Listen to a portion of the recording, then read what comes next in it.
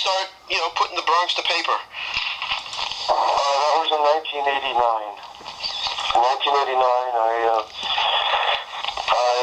started doing that, and it was in 1989. I was working as a doorman, and I got fired because I didn't let Swifty Lazar into his own party. Right. I mean, it's a pretty famous story, and I went back to my house and said, well, if they won't give me a great part, then I'll write one myself. And I just said, okay, that's it. And I started writing A Bronx Tale. And after 10 months later, I had 90 minutes of a one-man show. And then I started to, I borrowed money off my friend, I produced it, and my life changed. Could you speak into the phone, because the speakerphone's kind of hard to... Okay. Yeah, okay, thanks. Okay, go ahead.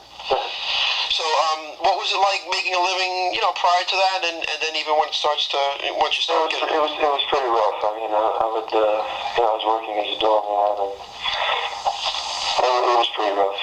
I'm sorry if I sound a little in pain. I have a very bad inflamed tendonitis on my shoulder. So. Okay. Again, where was that again? That was in New York, right? That was in LA. LA, okay. And so once the play starts to become successful, how is it making it? Does it get a little better, or are you still struggling? I'm still struggling until it really gets. I wrote the screenplay. And then my life started to change. Okay. And I guess Robert De Niro had seen it at one point, the play? Hold on. Yes, Robert De Niro saw it, and then everybody wanted to be in it, but Bob was the only one who guaranteed that I would play Sonny, and I would write the screenplay. When you find out he's going to be at the play, did you know in advance? Were you nervous? What was the deal? Yeah, I knew he was going to be there. No, I wasn't nervous. I just did what I did, and then he came backstage and, just said, I love it, I want to do it, and you can play Sonny, and you should write the screenplay, and I'll play your father, and I'll direct it. So prior to him going, other people were interested, and they were offering you money and such, right? It went up to $1 million, yes. And so how tempted were you to say here, as much as you were struggling, how tempted you were to take that? I wasn't tempted, no. Actually, the first offer was the hardest one, the $250. That was the hardest one, because that was the first one. And then after that, it just became numbers to me, 255, 7 million, I didn't care anymore. What gave you that courage? I guess I have my faith in myself, and my faith in the confidence that I have, my faith in God. I think I had a guardian angel on my shoulder, and God had a lot to do with it, to be honest with you. I assume you had family and friends who were telling you otherwise, maybe? What were you getting from other people? Friends told me otherwise. Some friends, yeah. Yeah. Not family. My family was behind me. Okay. Tell me about, some of the gangsters in your neighborhood. What was that like? How was that part of everyday life? Well, that's exactly what it was. It was part of everyday life, and that's what I wrote Bronx Tale about. It was a very interesting column. As a young boy, you grow up with these guys. You think they were really something, but in the end, you realize that they're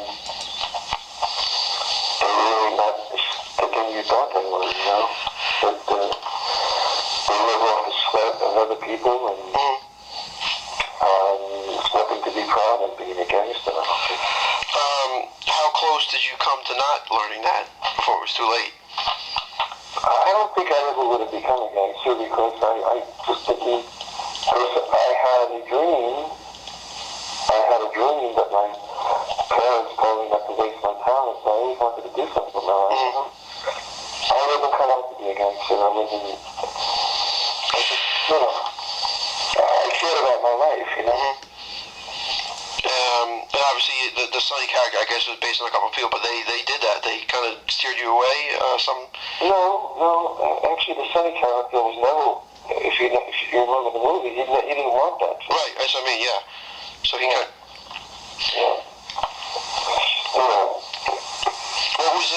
was the racial? Again, you saw in the film the racial aspect of growing up in the Bronx. The girl that was that I dated a black girl, you know. Yep. And in 1968, that was a very difficult thing to do. Mm-hmm. You know. So in 1968, that was very difficult. And I thought it was like the whole neighborhood felt one way, and a lot of people felt one way, but I didn't feel that way. Mm-hmm. And I guess you actually witnessed a couple of murders. You said, I've read. Actually, the first murder I witnessed. The second one I got there when it was over. The first one is exactly like it happened. Mm-hmm. That's exactly the way you saw it in the movie. That's exactly the way it happened. Exactly. Yeah, I mean, I once witnessed something much less. I just saw someone getting beat up in the city. You know, just a little fight that broke out. It was pretty traumatic. How was it to witness, a murder for a kid? How old? You were 10 years old. I have to be honest with you.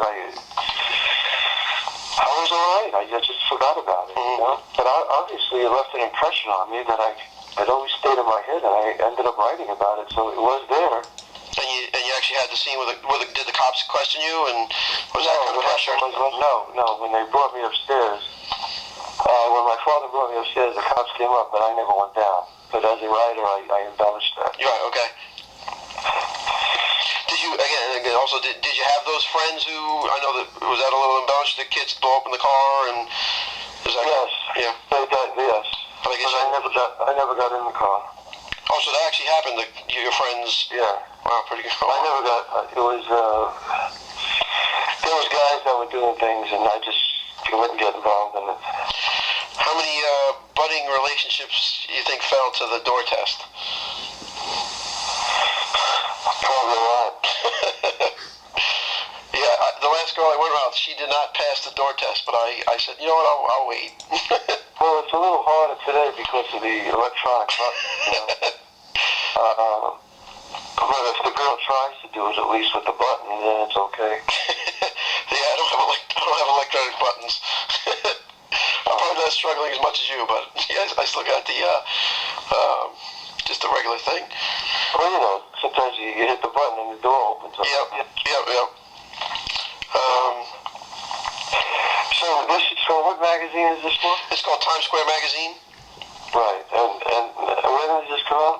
Because you know about June 1st, I'm doing the show. June 1st, okay. Yeah, so tell me about, why you decided to do this as a one-man show. Yeah, this is a show I did on... Oh, okay. So I've never seen it. I mean, how do you juggle all these characters and... Well, that's what, this is the thing that made me a star. I do 18 characters on stage. It's like I did the whole movie on stage. That's why when people saw it, they saw the movie there, and that's why I was offered all that money. Okay.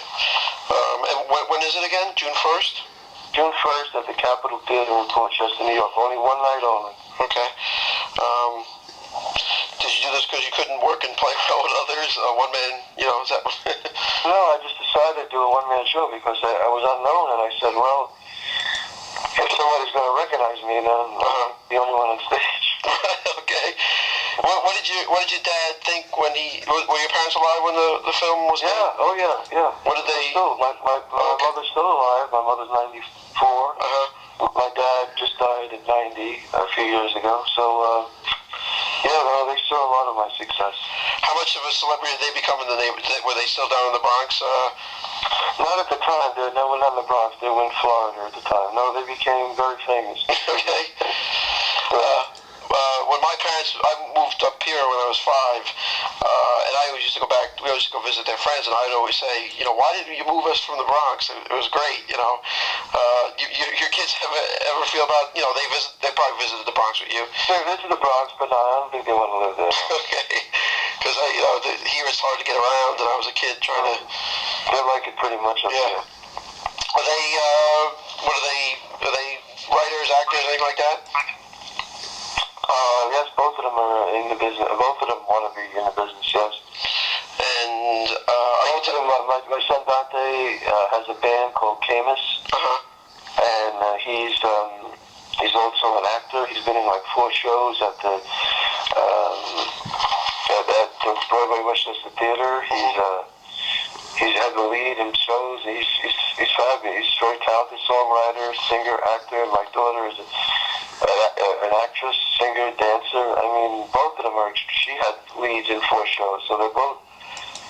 You know, Rich, you say to yourself, well, you don't want him to do this business, but I look at it this way: if they love it and they're really good at it, you know, you try it. It's, you know, you could they're young, they can change their mind at any time they want. You know, I don't force them to do it. If they want to do it and they're good at it, that's fine. Have they ever heard the line about wasted talent at home?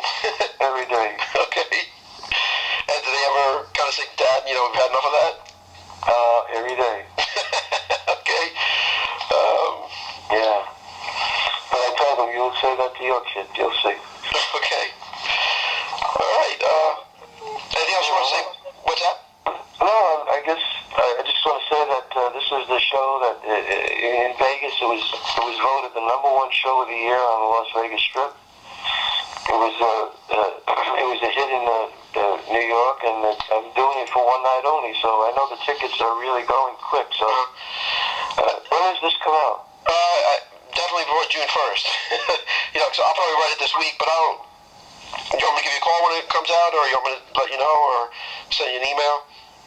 Yeah, send me an.